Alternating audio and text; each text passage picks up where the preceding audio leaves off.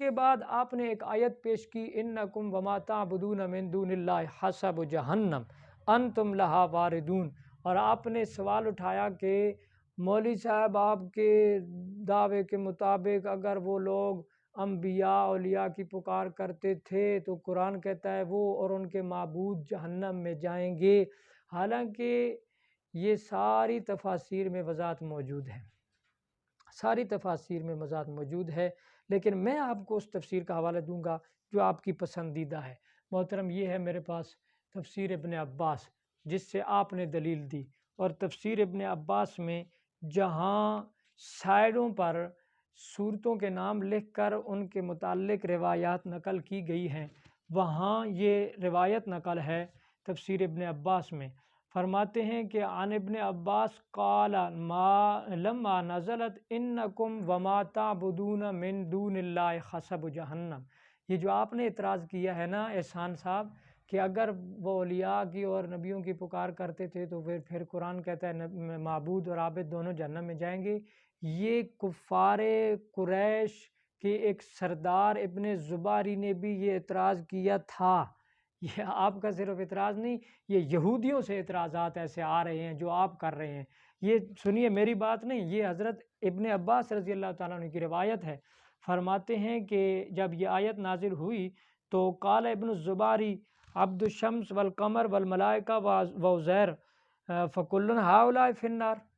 ابن الزباری کہتا ہے نبی پاک صلی اللہ علیہ وسلم کے پاس آ کر کہتا ہے کہ آپ کے اوپر جو آیت نازل ہوئی ہے آپ کے قرآن میں، وہ تو کہتی ہے عابد اور معبود دونوں جہنم میں جائیں گے، کیا حضرت عزیر بھی جہنم میں جائیں گے؟ کیا فرشتے بھی جہنم میں جائیں گے؟ تو پھر اس پر یہ آیت نازل ہوئی، اس سوال پر یہ آیت اگلی نازل ہوئی ان الذین سبقت لہم من الحسنی اولئک عنہا مبعدون۔ آپ اگر قرآن کھول کر دیکھتے نا تو یہاں آیت میں جواب تھا، لیکن قرآن کھولنا آپ کو نصیب نہیں، آپ وہ رسالے پڑھ کر جواب دیتے ہیں جو رسالے ہمارے خلاف لکھے گئے ہیں۔ یہ جواب اگلی آیت میں موجود تھا، اور تمام مفسرین نے آسان لفظوں میں بتاؤں یہ جواب دیا ہے کہ جو اپنی پکار پر راضی تھے دنیا میں یا اپنی پکار کی دعوت دے کر گئے ہیں وہ معبود جہنم میں جائیں گے، جن کو بعد میں پکارا گیا اور جن کی بعد میں بغیر دعوت دیے کہ پکار کی گئی، جس طرح حضرت عیسیٰ علیہ السلام حضرت عزیر ہو گئے، یا آج کے دور میں لوگ نبی پاک صلی اللہ علیہ وسلم کی پکار کر رہے ہیں، تو یہ ان معبودوں کے متعلق نہیں ہے۔ یہ تو یقیناً تسلی ہو گئی ہوگی۔ اب ہم دوبارہ سے اپنے دعویٰ پر، بلکہ آپ نے جو دلیل دی تھی انما ولیکم اللہ ورسولہ، اس کے متعلق پھر میں کہتا ہوں کہ آپ کا دعویٰ خاص ہے اور دلیل آپ نے عام دی ہے، اور اس میں پھر یہ بھی صرف نہیں کہ نبی پاک صلی اللہ علیہ وسلم کا تذکرہ ہو، پھر وہاں عام مومنین کا بھی تذکرہ ہے، یعنی دعویٰ آپ کا خاص، اور دلائل جو ہیں ان کا خلاصہ نکلتا ہے عیسائی بھی مددگار ہیں اور سارے مومن مددگار ہیں، جبرائیل امین بھی مددگار ہے، نبی پاک صلی اللہ علیہ وسلم بھی مددگار ہے۔ استاد جی کچھ خیال کرو نا، اللہ نے بندو کے پکڑنے ہو، دعویٰ کتنے خاص تھے، پھر دلائل عام شروع ہو گئے، اس واسطے اس لیے دلیل دو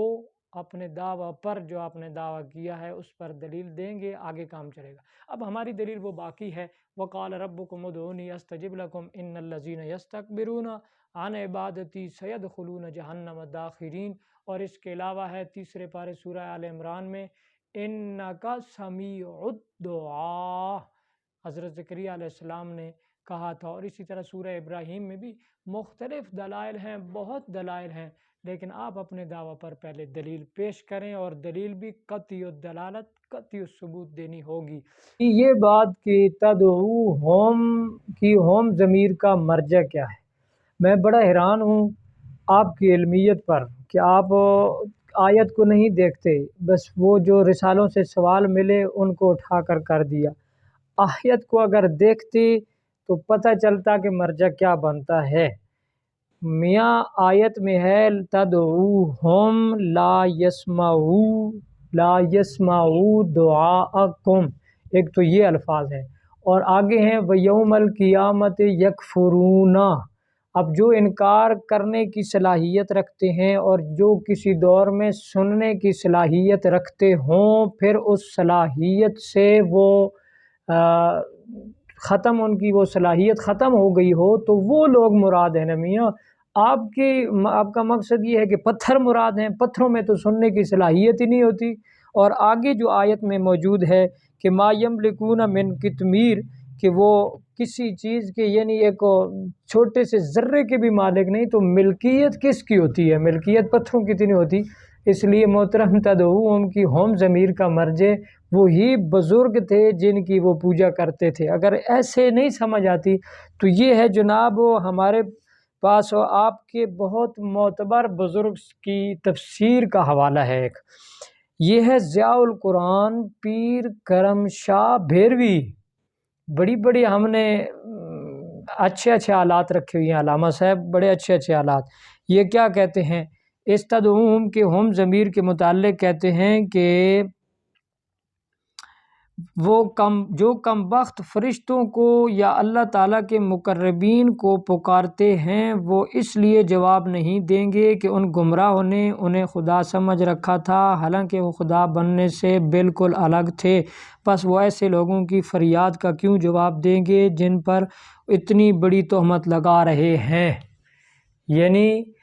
چلے جو کچھ بھی ہے یہاں اتنی بات موجود ہے کہ مقربین جو اللہ کے مقربین ہیں یا فرشتے، اس سے یہ بات ختم ہو گئی کہ اس سے مراد بت نہیں ہے۔ ایک بات جو ضروری آپ سے کرنی تھی، آپ کے ذہن کے مطابق جو آپ عوام کو تاثر دے رہے ہیں کہ مشرکین مکہ عبادت کرتے تھے اور عبادت بھی اعتقاد الوہیت سے کرتے تھے، یہ دو باتیں آپ نے اگلے کلپ میں جواب دینا ہوگا۔ ہم بڑے اشتیاق سے اس چیز کا انتظار کریں گے۔ کون سی دو باتیں؟ ایک تو آپ نے عبادت کا مفہوم بیان کرنا ہے، چونکہ آپ کہتے ہیں کہ وہ عبادت کرتے ہیں، ہم کہتے تھے وہ پکار کرتے تھے اور اس پکار کو اللہ نے عبادت کہا ہے۔ آپ شاید عبادت کا کوئی اور مفہوم بتانا چاہتے ہیں، تو آپ کے ذمہ ہے کہ آپ عبادت کی تعریف کریں، عبادت کا مفہوم بیان کریں۔ اور نمبر دو یہ ہے کہ مسئلہ الہ کا معنی کریں، الہ کا معنی کریں، کیونکہ اعتقاد الوہیت تب ہی واضح ہوگا، پتہ چلے نا عوام کو اعتقاد الوہیت ہوتا کیا ہے، کیا اعتقاد الوہیت، یہ تو عربی کا لفظ ہے، عوام بیچاری کو کیا پتہ۔